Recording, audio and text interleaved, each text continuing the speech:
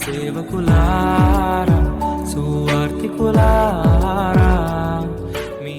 దేవుని స్తోత్రం. మీ అందరికీ వందనాలు. Praise the Lord. బాగున్నారా? దేవుని కృప చొప్పున మనం ఈ ఉదయకాలము వాగ్దానం వినడానికి చూడడానికి మనం ఉదయకాలం లేసాం. మనకంటే ముందు సూర్య వెలుగుని రాత్రి అంటున్నాడు కదా, పగలు వెండ దెబ్బైనను రాత్రి వెన్నెల దెబ్బైన తగలకుండా మనల్ని కాపాడుతున్న ఈ యొక్క వెలుగు ఆ యొక్క సందర్భం బట్టి మాట్లాడుతున్నాను.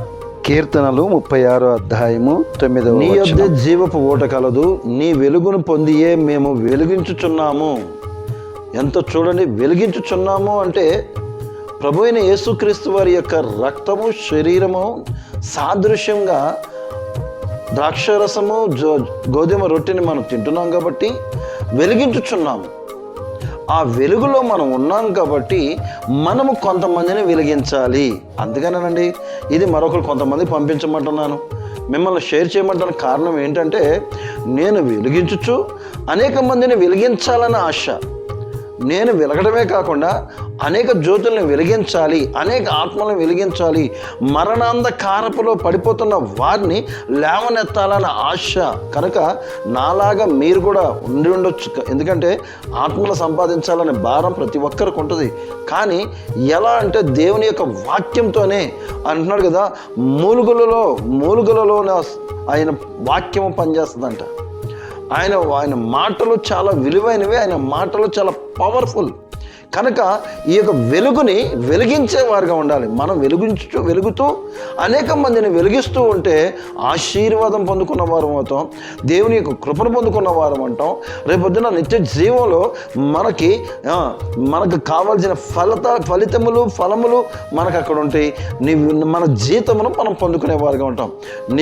అంటున్నాడు కదా ప్రకటనలో, ఇదిగో నా యొద్దనే మీ యొక్క ఏముంది జీతం ఉందంటున్నాడు. కనుక ఆ జీతం పుచ్చుకునడానికి మనం సిద్ధంగా ఉన్నాం. దేవుని దీవెనలు పొందుకుందాం. మొదటిగా చెప్తున్నాం, మరొకసారి చెప్తున్నాను, మనం వెలుగుతూ అనేక మందిని వెలిగించాలని నా ఆశ. అందుకనే ఈ యొక్క వాక్యాల్ని కొంతమందికి షేర్ చేయండి. దేవుడు మన కుటుంబాలను దీవించి ఆశీర్వదించును గాక. కన్నులు మూసుకుందాం, ప్రార్థన చేద్దాం. పరిశుద్ర పరమగల తండ్రి, జీవాధిపతి, జీవం గల దేవ, నీకు స్తోత్రం.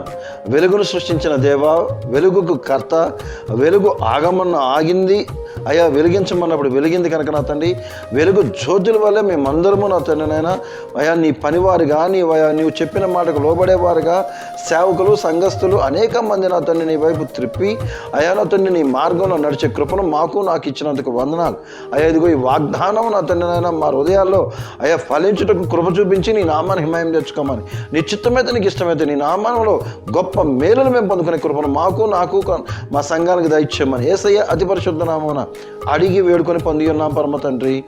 ఆమెన్. Praise the lord.